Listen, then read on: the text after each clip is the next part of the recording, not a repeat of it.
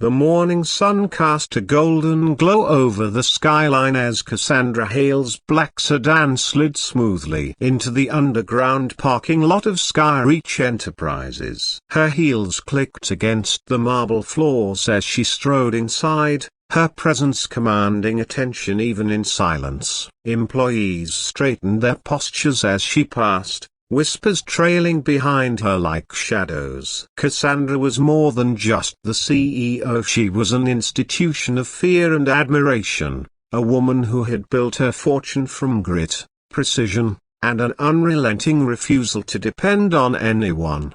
She wasn't shy about her philosophy. "I don't need men," she had declared in countless interviews, her sharp green eyes daring anyone to challenge her. Relationships, she insisted, only chain women to weakness. Love was a distraction. Family was a burden. Success, power, and independency, that was her gospel, and she preached it without apology. But power came at a price. Behind the tinted glass of her corner office, the view stretched endlessly, yet her nights were filled with silence. She convinced herself she preferred it. Success had made her untouchable, and being untouchable meant never being hurt. Far below the glittering office floors, the building hummed with a different rhythm. The custodial team moved quietly, sweeping, mopping, emptying trash bins, their names unknown to the executives who walked past them each day. Among them was Daniel Rivera, a man whose hands were roughened by work and whose back carried the weight of loss. His wife,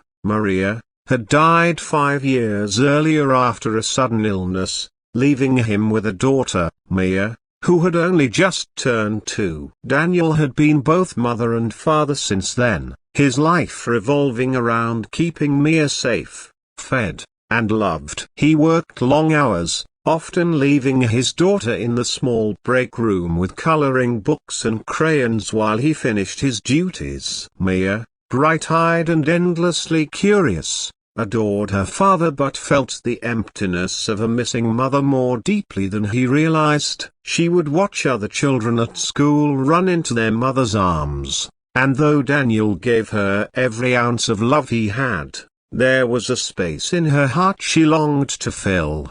One evening, Cassandra was still at her desk long after the office had emptied. The glow of her laptop screen painted her face in pale light as she scrolled through reports, chasing numbers that seemed never-ending. Downstairs, Daniel was scrubbing the lobby floors while Mia sat cross-legged, scribbling a rainbow across a scrap of paper. When Daniel turned his back to wring out the mop, Mia wandered toward the elevator, clutching her drawing. She had always been drawn to the tall glass walls, the bright lights, the sense of magic in places she wasn't supposed to be. With a boldness only a child could muster, she pressed the button and rode the elevator to the very top. The doors slid open with a soft chime, revealing a hallway hushed and gleaming. Mia stepped out, her little shoes silent on the carpet. She followed the light spilling from Cassandra's office and peeked in. Cassandra looked up,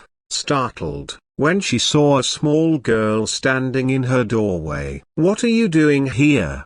she asked, her voice sharp with the authority that intimidated full-grown men. But Mia wasn't intimidated. She walked forward, climbed onto the chair opposite the CEO's desk, and placed her drawing down. "I made this today," she said proudly. The picture was of a sunny house, 2 stick figures holding hands, and a third standing beside them with long yellow hair. Cassandra glanced at it, unsure of what to say. She was accustomed to contracts, profit margins, strategic forecasts, and not children's drawings. "That's a broken barn ice," she said awkwardly. Mia tilted her head, studying her with innocent curiosity. Then, with the simple honesty only a child could have, she leaned forward and whispered, "Can you be my mommy?" Cassandra froze. The words sliced through her like no business deal ever had. For a moment, she couldn't breathe.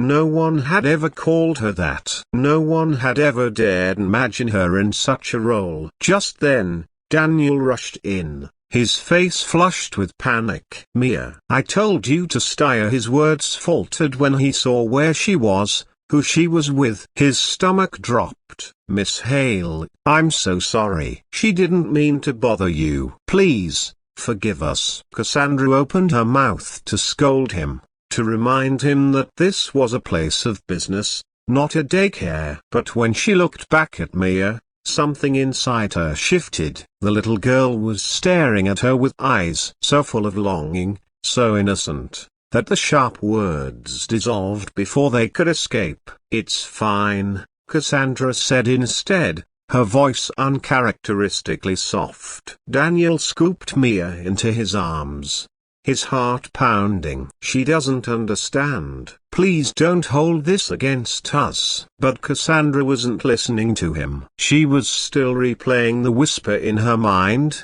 a word echoing in a place she had long buried. "Mommy." That night, in her sleek, silent penthouse, Cassandra tried to lose herself in work. But every time she glanced at the papers on her desk, she saw Mia's drawing instead of the house, the flowers, the little figures holding hands. For the first time in years, the spreadsheets felt meaningless. The silence in her home felt heavier than usual. And she realized with a strange, unsettling clarity that the child's question had left her shaken because it had touched something she had denied for far too long.